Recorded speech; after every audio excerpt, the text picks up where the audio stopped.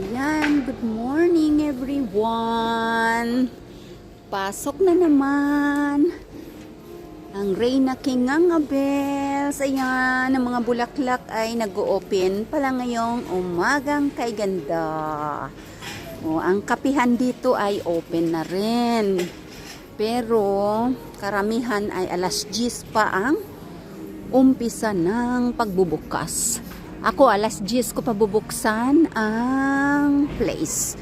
So dito sa place na to ang tambayan. Ayan. Ng mga naghihintay. Katulad ko, maghihintay ako ng aking time in. Kaya dito ako tatambay sa mga upuan at magkakape-kape. Ayan. Shout out everyone and happy weekend sa aking mga palanggingging. Uupo muna ako dito. Yan, daming upuan dito.